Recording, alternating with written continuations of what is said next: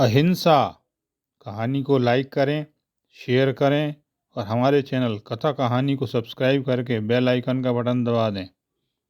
प्राचीन समय की बात है। बंगाल में दुर्गा पूजन बड़ी धूमधाम से मनाया जाता था।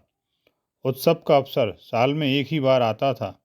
शिल्पीगण जमींदार की बड़ी हवेली के लंबे चौड़े कमरे में काली माता की मिट्टी की प्रतिमा बनाते थे। बड़े धूमधाम से उनकी पूजा की जाती थी। ढोल और शहनाई वादन दिन रात चलता रहता था। पुजारी स्तोत्रों का पाठ करते रहते। अनुष्ठान देखने के लिए उस कमरे के सामने सैकड़ों स्त्री पुरुषों की भीड़ एकत्र हो जाती थी। इसे देखने दूर दूर से आमंत्रित अतिथि आते और जमींदार हार्दिक मुस्कुराहट और आलिंगन के साथ उनका स्वागत करता था। उत्सव की सबसे भयानक और दुखपूर्ण घड़ी तब आती जब देवी के सामने बहुत सारे बकरों की बलि दी जाती। बहुत सारे लोग इस दृश्य को देखना नहीं चाहते थे, इसलिए उठकर चले जाते थे। कुछ डर जाते थे, फिर भी वे इस घटना से कुछ अनुभव प्राप्त करते थे। कुछ निस्संदेह ऐसे भी थे जिन्हें इसमें आनंद आता था, लेकिन जिस आनंद के लिए बड़ी उत्सुकता से इंतजार किया जाता था, उसमें जमींदार स्वयं और उनके माननीय अतिथि भाग लेते थे। वे बलि में काटे गए बकरों के मांस से बने हुए आहारों का बड़ी रुचि के साथ और बड़ी मात्रा में आनंद लेते थे। इस प्रकार हर साल सब कुछ ठीक ठाक चलता था, परंतु एक दिन जब उत्सव की तैयारियां हो रही थी और जब बकरों की आपूर्ति करने वाला आदेश लेने आया, तब जमींदार ने अचानक स्पष्ट रूप से कहा, अब बकरों की बलि नहीं पड़ेगी, न इस साल और न भविष्य में कभी। जमींदार के मित्र और कर्मचारी भौंचक्के थे। पुरातन परंपरा को मालिक ऐसे एकदम कैसे रोक सकते हैं। वही एक ऐसा मौका था जब वे लोग जी भरकर खा सकते थे। कितने अफसोस की बात है कि वह अवसर अब कभी नहीं आएगा। उनमें से कुछ लोग जमींदार की पत्नी से मिले। माँ जी, आप दयावती और कर्तव्यपरायणा हैं। काली माँ साल में केवल एक बार हम लोगों के बीच आती हैं। क्या हम उन्हें उनके प्रिय भोग से वंचित नहीं कर रहे हैं? वह हम लोगों के बारे में क्या सोचेंगी? जब वह स्वर्ग लौटकर जाएंगी, तब वह अन्य देवी देवताओं से हमारे बारे में क्या कहेंगी? साफ साफ कहूँ तो मैं देवी के सामने पशु बलि की परंपरा को पसंद नहीं करती। यह भक्ति भाव के वातावरण को नष्ट कर देती है।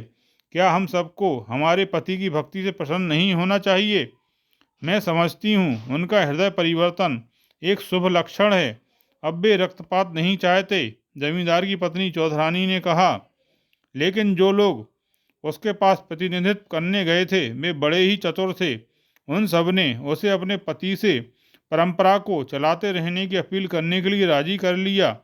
शाम को जब चौधरी आराम कुर्सी पर आराम कर रहा था और उसका सेवक उसके पांव दबा रहा था, तब चौधरानी ने बगल में खड़ी होकर संकोच करते हुए कहा, पूजा पर्व के बारे में कुछ कहना है। जैसा कि आप जानते हैं, लोग बकरों की बलि को पूजा उत्सव का एक महत्वपूर्ण अंग मानते हैं।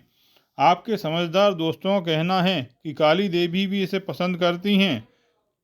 इसलिए अभी चौधरानी अपनी बात पूरी भी नहीं कर पाई थी कि चौधरी उत्तेजित होकर खड़ा हो गया। समझदार दोस्त? तुम उन्हें समझदार कहते हो? तुम भी उन्हीं की तरह निर्दयी बन रही हो। वह चिल्लाया।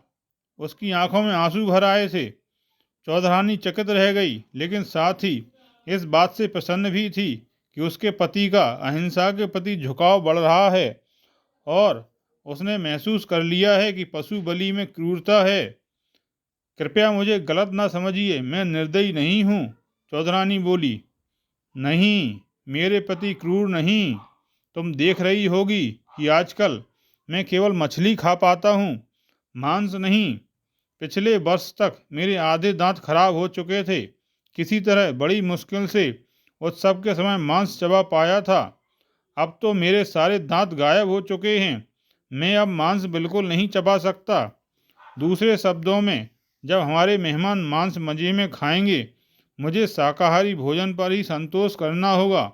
और तुम चाहती हो कि ऐसा ही हो, यही ना? क्या है मेरे पति क्रूरता नहीं है? वह तरह तरह के व्यंजन उड़ाएं और मैं उनका मुंह देखता रहूं? क्या तुम यही चाहती हो? अब चौधरानी ने अपनी पति की अहिंसा का अर्थ समझ लिया था। वह चुप हो गई। आपने यह कहानी ध्यानपूर्वक सुनी, इसके लिए धन्यवाद।